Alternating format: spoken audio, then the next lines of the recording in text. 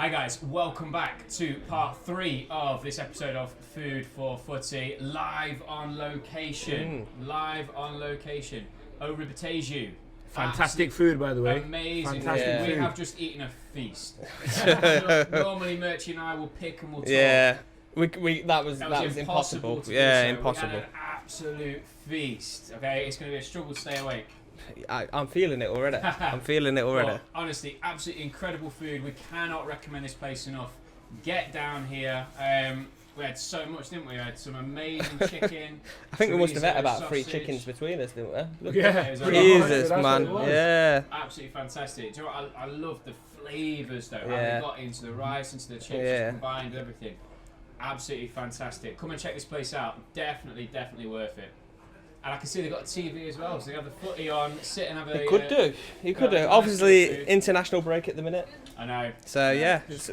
Can't really watch football when it's international break because, well, you know how I feel on international football. Snooze. Yeah, So, man. huge thank you to you guys. Thank you ever so much for that amazing food. Absolutely incredible. Thank you. Awesome. Right, okay, so in this part 3, one of our favourite segments, Murchy, Yeah.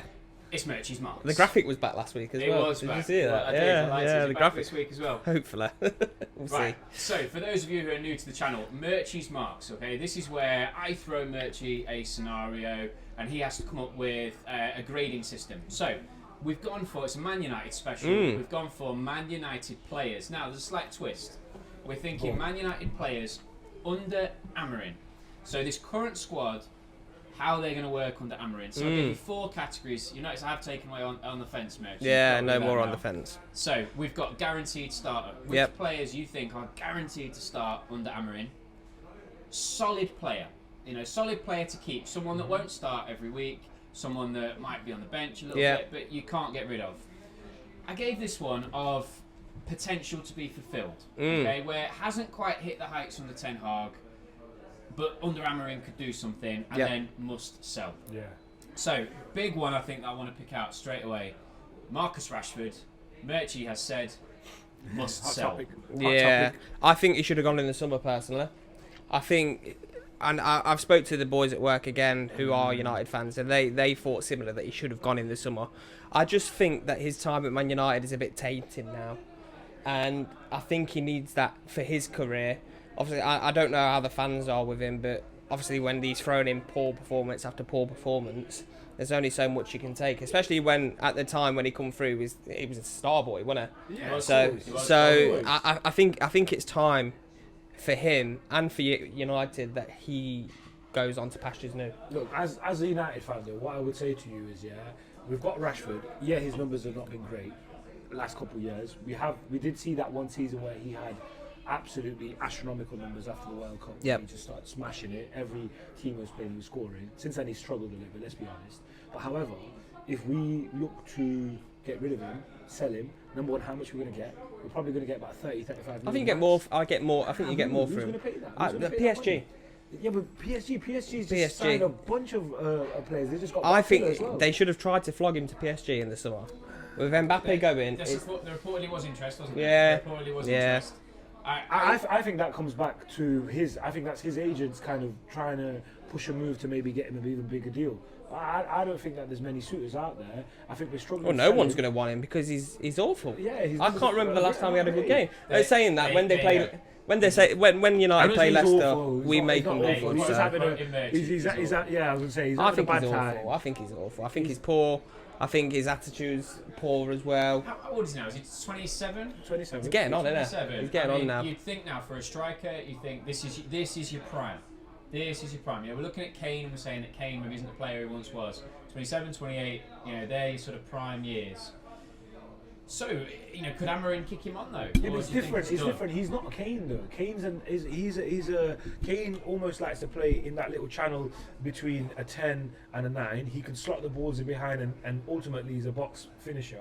Yep. In the box he's clinical. Let's be honest. Rashford's not that. Rashford used to start off as a wide winger, taking players on and cutting inside on. When he come through, he was a 9 though, wasn't was. it? Yeah, he started as a 9, Yeah. but again that was for Martial. But where Yeah. he, from what everyone says, where he likes to play, where his Off the preferred left. place Yeah, is off off that the left. left, Do you know what I yeah. mean? Again, he can maybe Amorim can maybe get him in the 9, and obviously he's shown what he can do in the 9, but is he clinical enough to do that? Is he going to get the tap-ins? Is he going to be in there? Because really and truly, that's what's making the difference right now with United. We can score the big, beautiful goals like Nacho, edge of the box, Bruno, edge of the box, but them little tap-ins, we're not getting them. Like, people like Højlund, people like Xerxes are not in those areas, are not anticipating that movement to make those tap-ins happen. Yeah. But Rashford did get those goals when he first came in. So if you put him in through the 9, would that solve the problem? Because, I mean, you know, you've mentioned Xerxes, Murchy, you've said must sell. Yeah. You think he needs to go. I think he's poor. Where'd you put Højlund?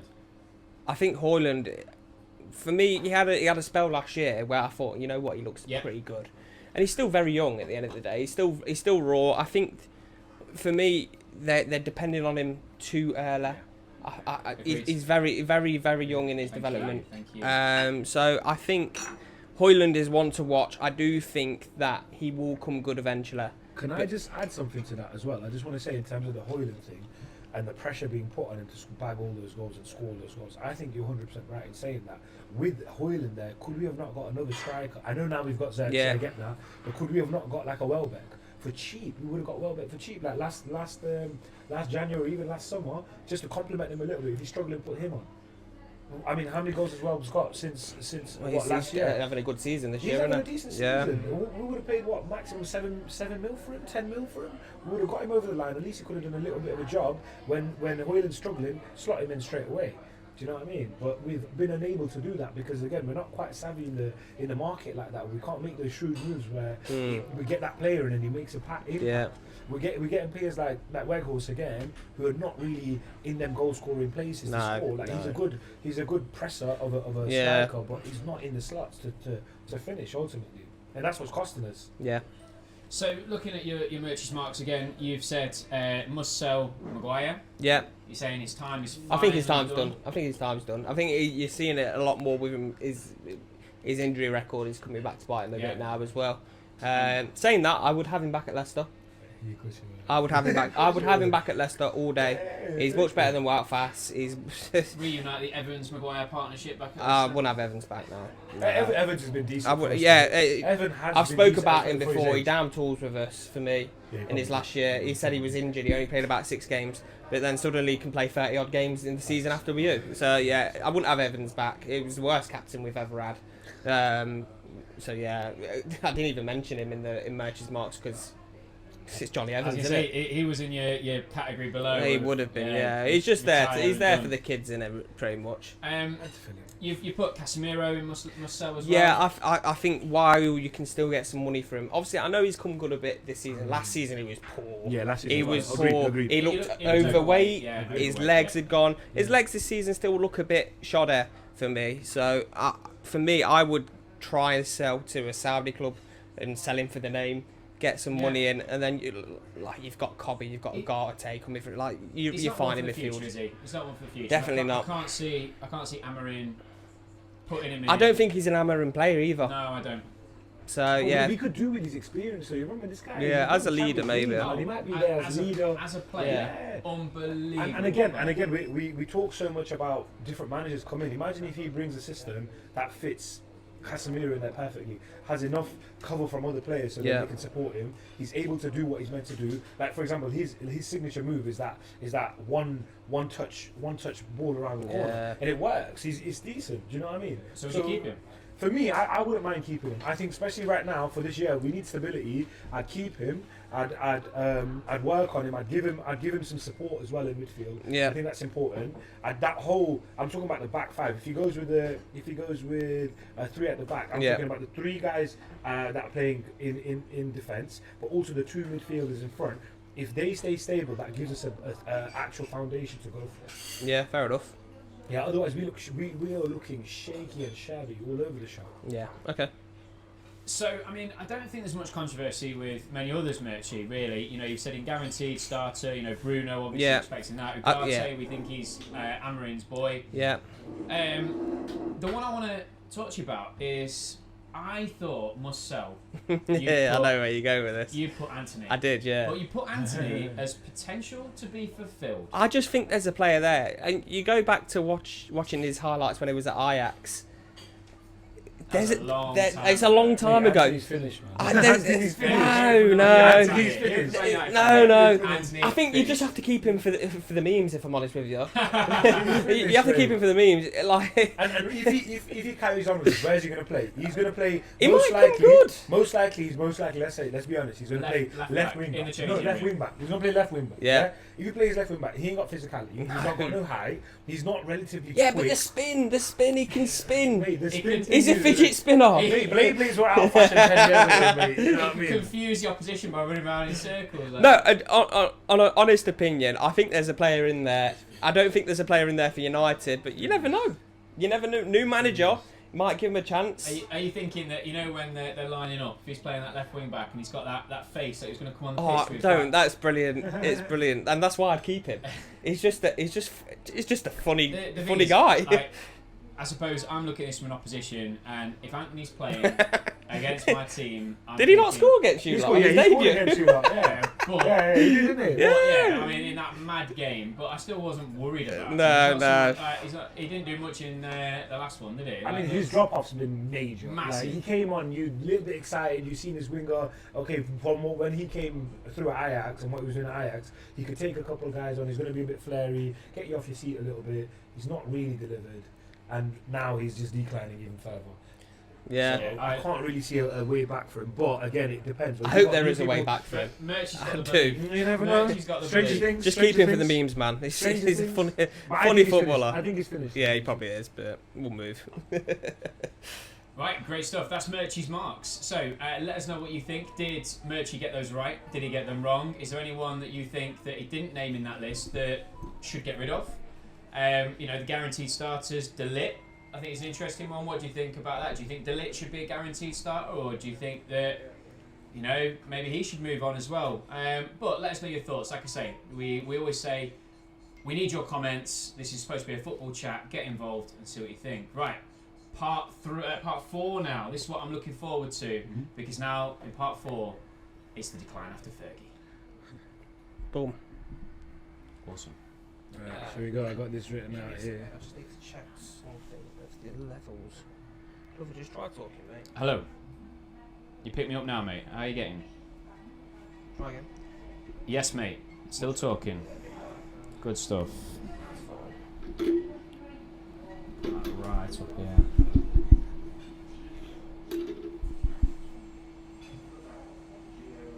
You got it, mate. All good. Yeah.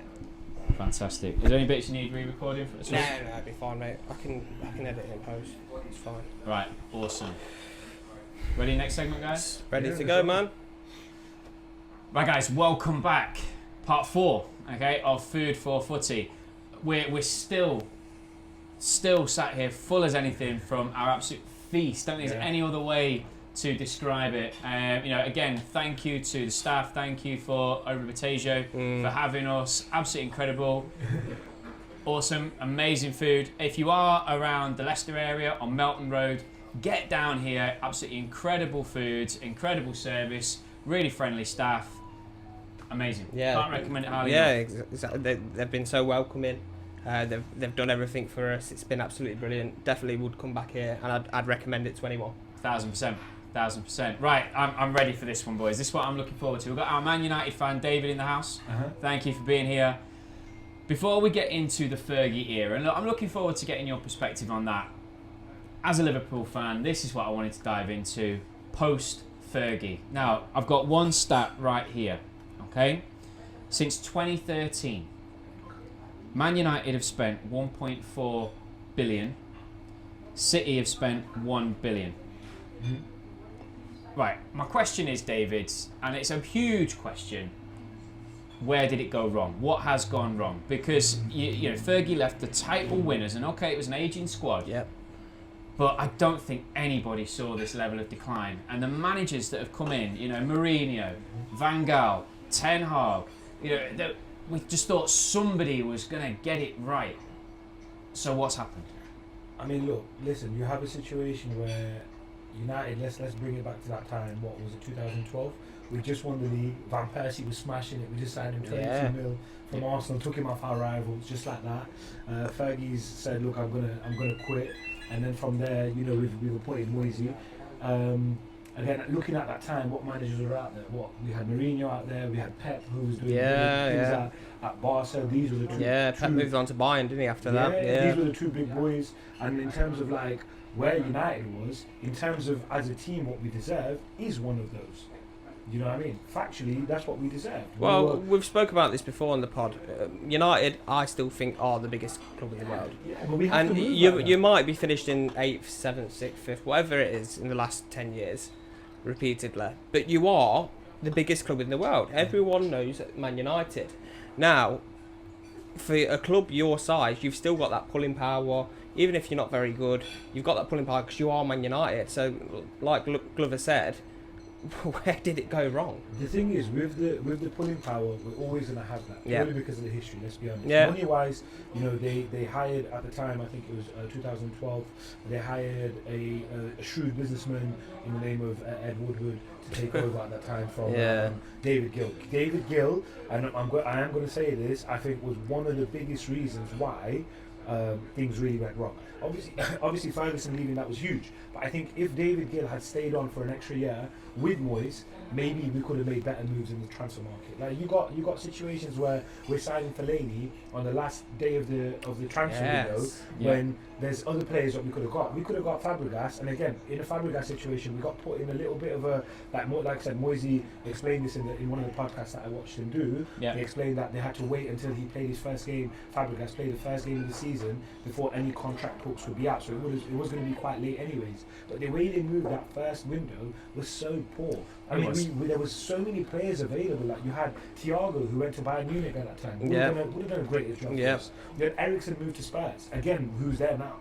But if we got Eriksen 10 years ago, 12 years ago, you're looking at a different person. You've got Ozil. Ozil moved into like... Wait, did you not go Arsenal on the last day of the season as well? You had Fellaini and they got Ozil. They got Ozil. And you're seeing these guys and you're thinking, well... And that was you after winning the league as well. That's what I'm saying. Why are we doing that? Why are we doing that? And the problems are already there. Like, I know, again, I don't want to sound like a broken record and mention the Glazers, but it even goes beyond that as well. When you go into the 2009 year when Ronaldo leaves for record fee, 80 million. Who do you replace him with? Valencia. Overton. That investment is going to be better from there. Yeah. And again, the little bit there was paper of the cracks in terms of what Fergie was doing, how he was able to embed these players in. We couldn't see that. Yeah, but Fergie was Fergie. It's an anomaly. He could work with anything. Look at some of the midfields that he put out. He had like John O'Shea and bloody Darren Gibson in the middle. Yeah, when he had the Silver Twins in midfield as well. Like it's different gravy, man. But I mean, this is it. Like, so I agree with you that actually David Moyes was set up. You know, he was set up to fail. He was massively set up to fail. Was he Ferguson's man? Apparently he was Fergie's choice. I don't think he was.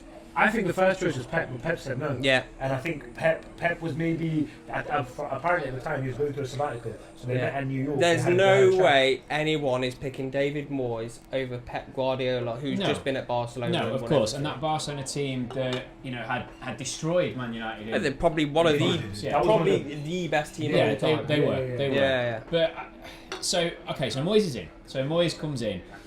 I've heard some pundits say maybe he wasn't given long enough. I think it was Man United looking at that going, look, we've made a mistake. The job's too big for him.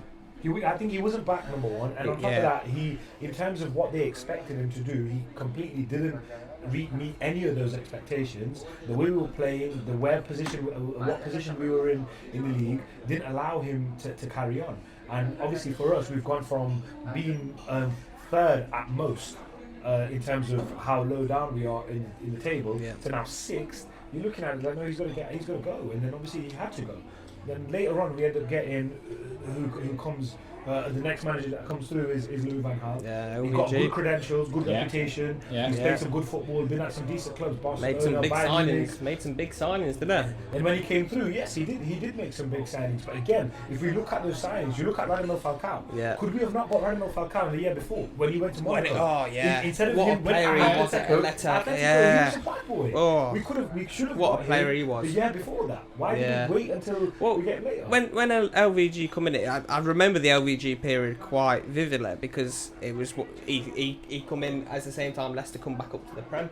So it was our first season. It was the 5-3 game, one of the best games we've been to. Yeah. So and the team you lot rocked up with was like Di Maria in the 10, Falcao, Van Persie, Rooney. And Di Maria chipped us. So I stood up and clapped. It was fantastic. Obviously the result in the end was much better than the arrival of Jamie Vardy. But yeah, I remember the Van Gaal period quite vividly, and obviously when we won the league as well, we were still there.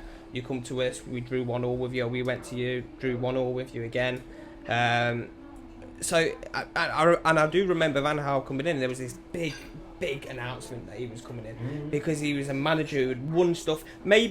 Probably should have been the manager who took over in the first place. I think you needed someone with that prowess, who has won stuff in the past. Fair enough, you grab Moyes. It might have been Fergie's man. I don't know, but Van Gaal's a winner.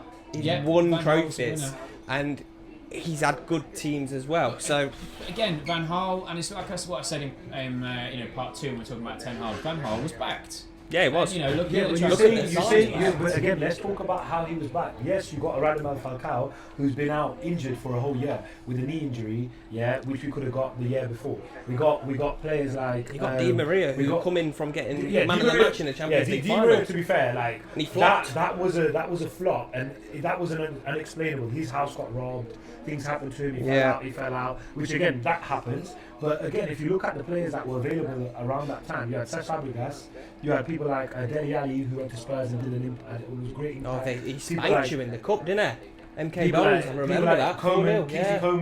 Kingsley Coman. Again, we were unable to get any.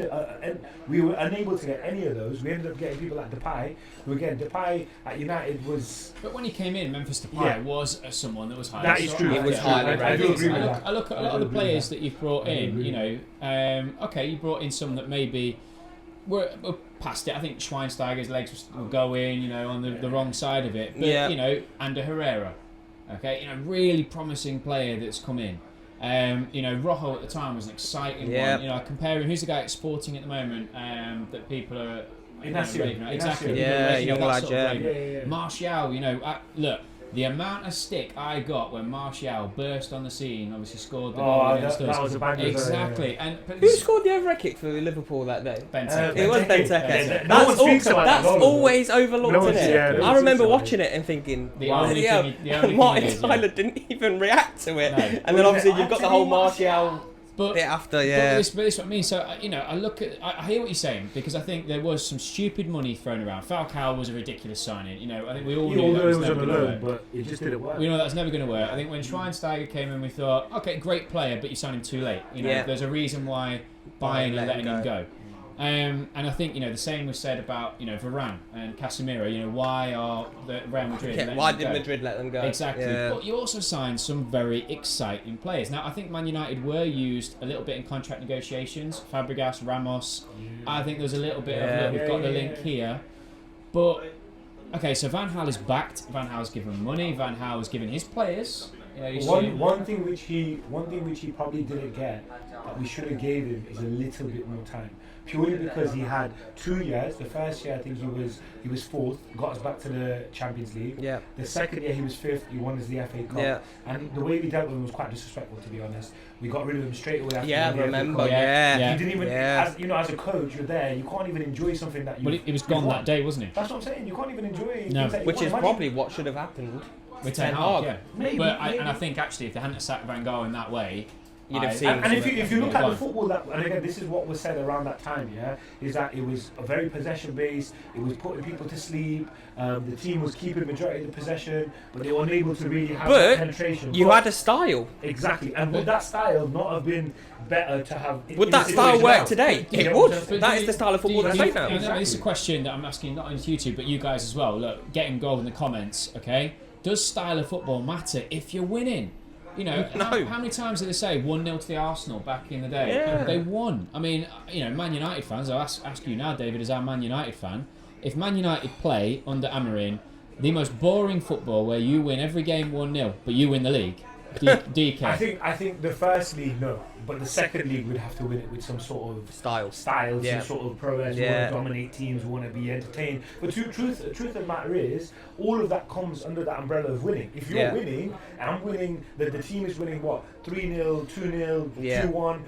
As long as you're winning, exactly. Well, you celebrate. Yeah, you this celebrate. is actually it. I'm gonna go back to Leicester winning the league because why not? Because why not? And towards the end of the season, when Ranieri turned around and said, "Yes, we're going for the league," our style completely changed. Yeah.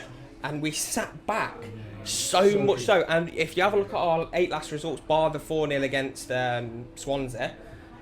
1-0, 1-0, Yeah. 1-0, 1-0, 1-0, 1-0. But you get the job done. But we won the league. Yeah. So who cares that we played shocking football and we sat back and just booted the ball along? We won the league. And obviously that's not going to happen again, but our style changed throughout the years and years.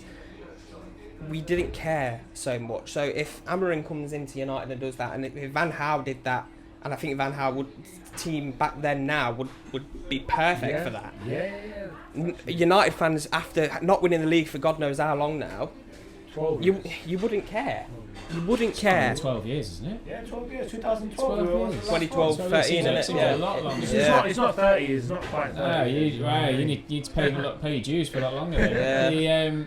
But interestingly, actually, Murchy, I'm glad you brought up Leicester's title win, because I said openly when we did our Leicester City episode, if you haven't checked the episode out, please go back, have a look at that video. Awesome, great to hear Murchy's thoughts on what was the fairy tale of football. But David, I know you're got ties to Leicester and everything like this, but I said it made me feel sick as a Liverpool fan, where we'd invested money, and the fact that we hadn't won it for so long. Did you not look at teams like Leicester winning it, and then even when we won our league, what City have gone and done, etc. Did you not look at that? The Leicester situation for me is that's the beauty of the game. That's the beauty of the game. Like you got a team that's absolutely ran themselves into the ground and got themselves and done something. For really and truly. Leicester should be doing it. Yeah, and I think that was the. And I remember at the time actually. I was in London at the time, and I was with some boys in Tottenham. And I remember telling them, mate, Leicester might have a good chance here. Like, nah, no way. And Leicester ended up doing it in a good fashion as well. But at the same time, the fact that we're sat here today and Leicester City have won the league more recently than Man United. And Murchy, to quote yourself, you said I'm not sure I agree with you, but they're the biggest team in the world or in English football, you said. Now, again, I was talking to my nephew Javen yesterday. He only knows Man United. So when I said to him, they were doing this pod, I said, what do you think of Man United? He said, they're terrible. He said, terrible team. They're rubbish. Yeah. But that's what they know, because that's all they've known. Yeah, kids born after 2013 that's it. have That's only all seen they know. United in this era. Yeah, So- mate, I used to go to school and people used to call me a glory sport for being Man United fan. Now you're not known. You're a Man United fan. You just get laughed at. Yeah, that's it. That's it. Right. So, okay, Van Gaal doesn't work out. Then you bring in Jose Mourinho, right? The serial winner. This is Jose, and Jose says one of his most famous quotes: "Getting Man United second was one of my biggest achievements." That quote marinated well though. At the time, people were saying, "Oh, he's an idiot. He's just trying to praise it." You look back on the team he had. Yeah. That's a shocking team, and he got second to a Man City team who, at the time, is Man City in it. Yeah. So. Jose. What else did he win? Okay, Carabao not that great, but the Europa League. He won the Europa League. We got in terms of, and now I know the conference is in there as well. We pretty much got all of the trophies. And I think the Europa League this season is something that United should go out and win. Because they're not going to get top 4. You're too far gone now to get top 4. It's too late this season. We did the Carabao Cup special. Again, if you haven't checked that out, please check it out. Great episode. We talk about the value of the Carabao Cup. Personally, for me, a trophy is a trophy. A trophy is winning, okay? A trophy is getting your hands on silver. It's something to build on. Jose, actually, famously won the Carabao Cup in his first season at Chelsea, and that was his first springboard. It was that winning. And he always said he loved the competition because it was that trophy you get hold of in February. So he won all the, yes, Jose won these smaller, we call them trophies. A trophy is a trophy. But a trophy is a trophy. Yeah. So why didn't Jose work? look, for me, looking back at that time, I think, again, he signed some decent players. We're looking at Zlatan, for example. yeah. Could we have signed Zlatan maybe, or obviously he wasn't there, but could we have got Zlatan at a better time when he was... I mean, he was still very good. He was still very good. He was still very good. The difference, what Zlatan gave us, though, he was a talisman. Like, we don't have that right now in the team. We don't have a guy who can score near enough every game. You give him the ball and he can bury it from do anywhere. something, He's doing a long shot, he's doing a Zlatan header, was special, he's doing a tap in, he's doing a lot. Do you know what I mean? So we had that. We got Paul Pogba in, and it didn't quite work out with Paul Pogba and Mourinho for whatever reason. Big signing at the time, I that think was. one thing which was missing, especially in the second year, which we didn't manage to get, was that centre back. The minute Bailly goes injured, and I think he got a broken leg, he was on crutches on the European League. Yeah, I remember, yeah. We needed to get somebody else in, or at least another 2 guys in that back line that were going to help us out. The minute we couldn't do that, we were too open. We had Smalling and Jones as well playing at the time. Yeah. They were getting ragged. We just needed a centre back, and I think that's what it was. Maybe Who was out there at the time, centre half wise? He wanted Maguire. He wanted Maguire that summer. Maguire. When we got him. No, you guys already had him. He wanted him. And then we didn't get him. And then we got him the year. season Hull got relegated, so 2016-17. Yeah, so it he would have been him from 2018. Okay, so we'd have him for a year after the World Cup. After the World Cup, we wanted him, but then we didn't get him. We then he stayed with us. Instead that transfer window, the second transfer window, we got Fred, we got Dallo. So again, you're backed with Fred and Dallo after becoming third the year before. But Fred was an exciting player coming in, you know, exciting player coming in. Dallo again, exciting player coming in. You know, and I suppose that hindsight's a wonderful thing, because when you said that and you said, "Oh, we needed Maguire," my first thought was to control my laughs, because I'm thinking, well, we know what happened with Maguire, and we know that he's not really. Maguire was second on the tail. Yeah, he was. The money that was spent. The price tag, they gave him captain, sir. He should have never been captain. But if you look at the type of player Maguire is, mate, he would fit into a Jose team. Oh yeah, low block, perfect. Low block, yeah, perfect. Get it out there, be strong, be aggressive, be on the front foot, and obviously counter when you can. But stay low line as well. Because when Ten Hag went in there, he's trying to play a high line. You can't play a high line with Maguire. It's like, no offense, but his mobility is not the best.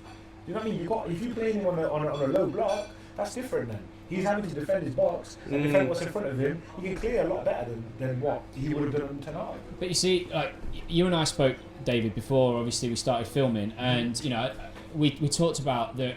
Ultimately, if you look at Man United and you say what is the reason for their big failure, recruitment is a huge one. Looking at the top 5 transfers that you guys have done: Paul Pogba, Antony, Maguire, Lukaku, Sancho. How many of them Not one of them. Not one of them. I think maybe you could say Pogba to a certain extent. Okay, he won the Europa League. He won the Europa League. For the money that is, exactly. Look, the thing is, we're all guilty of sentimental players for our clubs. Yeah. The money that was spent on Pogba, he had to deliver more than the Europa League. Well, they never should have let him go in the first place. But it is what it is. Yeah. Happened. Well, Fergie let him go for a reason, didn't he? And that reason has been seen as to why. Attitude. Exactly. And, you know, but this is what I'm saying. And this is the thing that we always come back to. Money has been spent, but who has been controlling these players coming in? You know, when Lukaku came in, we knew Lukaku could score goals in the Premier League, because he had done. He'd done so at Everton, done some at West Ham. He'd scored a few at Chelsea in his, when he was first coming through. But we also knew his touch wasn't good enough. We also knew he didn't read the game well enough. But and the money that was spent to bring this guy in as the leading the line. But again, with Lukaku, it's a mentality issue. Like, he was there, he was scoring, but then afterwards he completely lost his way. There was issues about him being overweight and everything. And when he went to Inter, he got back in shape again, and the same thing happened in Inter. Yeah. So when we're looking at it again, it's not happening now, isn't it? Yeah, he's bagging it. When is it going to come to that point where he comes out next year. But is it people not then scouting the person?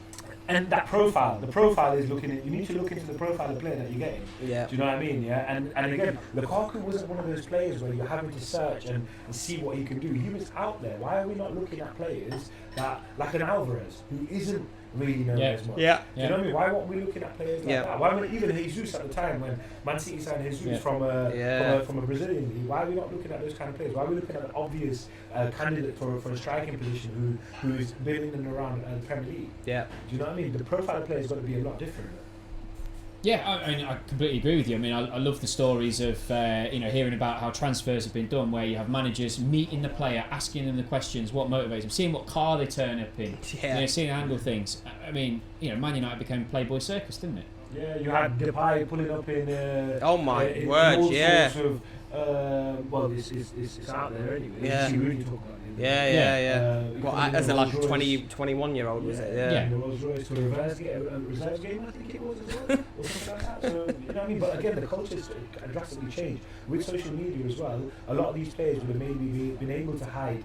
And be able to do their thing, being a bit more left to their devices. Now with social media, people know a lot more about you now. With the uploads that you do, you're putting yourself at jeopardy of getting loads of commentary in from people. And again, as a player, imagine that. I know they get paid a lot, but your comment box is constantly telling you you're not very great. Yeah. That's not really going to boost you around. You know what I mean? So it's different times, isn't it? And then obviously bringing Ollie. Ollie comes in. I like Ollie. Hey, look, I loved Ollie's at the wheel, Ollie. I man. loved Ollie. I loved Ollie at the wheel. You know, We did some bring, good bring, business with him, Ollie, bring, man. him, We bring did him some back. good Bring him back, please. That one, I think we had a 19-game run where we were just smashing Yeah, it teams, was. mate. It was. And they weren't like 2-0, Yeah. 2-0, 2-1 like that. It was like 5-3, 5-2, 5-1, 3-0. There was some good results out there. And Ollie again, I think it was a bit out of his depth again in the end. He did alright. I think the Ronaldo signing kind of pushed him over the edge because he had a little bit of control up until that point. But again, when a guy like Ronaldo comes in and the king comes in, you know what I mean? You have to be able to deal with him differently. And then obviously he didn't match the results with it. And you had Ronaldo, I think, scoring 18, 19 goals that season. The rest of them didn't even chip in. So again, that just for Ronaldo, he's probably thinking, yo, these guys are not good enough for me. You had Sancho coming in apparently not being able to play and do things for a £72 million signing. There's things out there in the media. What said Ronaldo was trying to give people advice and they weren't taking it. Yeah. And then the whole Greenwood thing started kicking off as well. So that completely derailed us. I mean, but again, I look at those top 5 players of Man United's top 5 transfers. You got 2 from Jose, 2 from Ole, 1 from Ten Hag. And again, Ole was backed. Ronaldo, you were never not going to sign him. We said that before. You were never not going to sign him. As soon as City are interested, you could not let your former hero No chance. go to Man City. You had to take that punt. Tevez on a bigger scale, that isn't it? Exactly. Massive. Had to be done. But look at the players that were available during that time. You missed out on Bellingham. You missed out on Haaland. Bellingham, Haaland. They had Haaland. Haaland was done, wasn't it? Haaland was While he was at while he was at Molde. Molde, Before he went to Salzburg, that was wrapped up for £5 million, and that was also from Ole's ex-club. The scout. The Ole knew about him, Ole didn't it? knew about him, Yeah. Because Ole coached him, so they had that wrapped up, but the club chose not to go for him and lost out. They had Caicedo's done for £5 million as well before he went to Brighton. They had that ready wrapped up. The club chose not to go with it. Bellingham, they couldn't get it over the line. Whatever it was, they couldn't attract him. They couldn't get that over the line. His dad's a Liverpool fan. Possibly. That but, might help. But they had him at the training ground. But you had even like guys like Finger. Too many. You had all these guys available, but again, we ended up with pretty much none of them. But we always said Man United will pull in players. They will. Yeah. But at the same time, do you think some of that pull has been slightly lost? Because you're saying about all these players, but I'm thinking about the ones that you were talking about. The only big links that I can remember, Bellingham for an English club was us. The fact there was it seemed to be a serious link there. No, he came to United. He came to United training ground. Was it?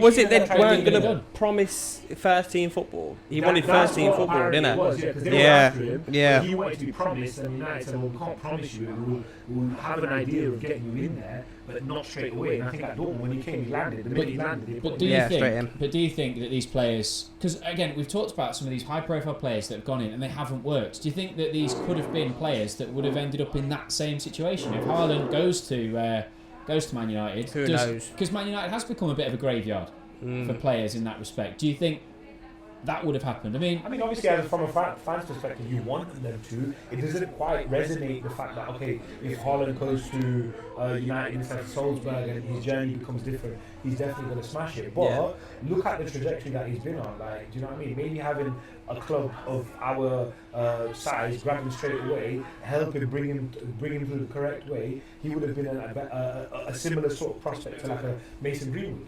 Do you know what I mean? Like the way Mason Greenwood was put on, and the way the timing of it was perfect. He came in, he was bagging goals, he was feeling comfortable, he was playing well, and then obviously whatever happened.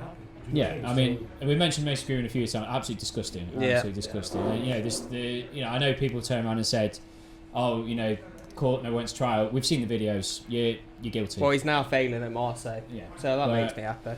Yeah. For me, I'm just looking at the football. No, I know what you're saying. I know what you're saying. I just had to address that. And in terms of like successes, you've got Bruno Fernandes, who's been a massive. But for me, he's the only one recently that I can think of that you've brought in 100%. That has actually been a talisman. Has actually done well. And I think with Bruno as well. And I've said this to some boys before. I don't like Bruno as a player. He throws his hands around all the time.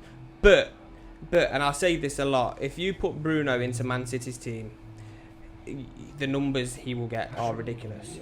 He is a top player. He is fantastic.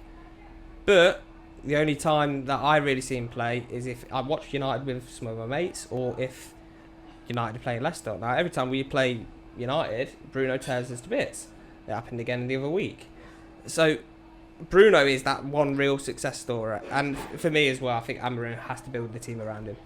While he's still there, I think Bruno is that centre player. He's the centrepiece. He's the one who makes it all tick. When he's on form, he is fantastic. So here's a question for you, because I've said this before, and Man United fans have told me I'm wrong, because I can't stand the hands in the air, the give up culture.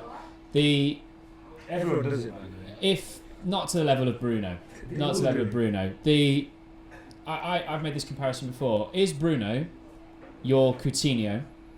And what I mean is, if you sold him, cashed in, big money, and you go and spend, that on what you really, really need, what you're desperate for, whether that could be an absolute top class centre forward, and whether that is a real top class number 8, whatever that might be, whatever it is that Man United really needs.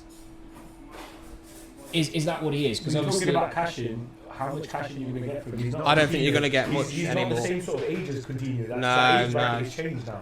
He's a lot older. I don't think there's any point cashing him on him. Yeah, exactly. In terms of us letting him go, we let him go. But who are you going to get? And even if we get somebody, that it's not certain that they're going to be the same level as Bruno. Like Bruno's levels, he's pretty much the best player that we've bought since the Sir Alex Ferguson era. He's a world-class player. He's a world-class player. His numbers, goals and assists. I don't like him. But he is a top player. And put him in any other team, and you'll see the numbers. Now he's playing for a toxic United side at the time, and which is why his numbers aren't as good. But when he first came in with Ole, he had that half a season where I think it was 19 goals and assists. Yeah, so the kind of player he is. He's a world class player, and any other team would be happy to have him and be lucky to have him. So that's why I think Amorim has to build a team around him. We've got to build a team around it. We need a striker, a potent striker to get in there that's going to get about 25 goals a season. If we get that, that's a massive help. And what we need the wingers to chip in about literally, I'm looking about 8 to 12 goals. If they can do that, the team looks a lot different. What a great note to end there. Right, okay, so join us for the next part where we're going to be diving into the Fergie era.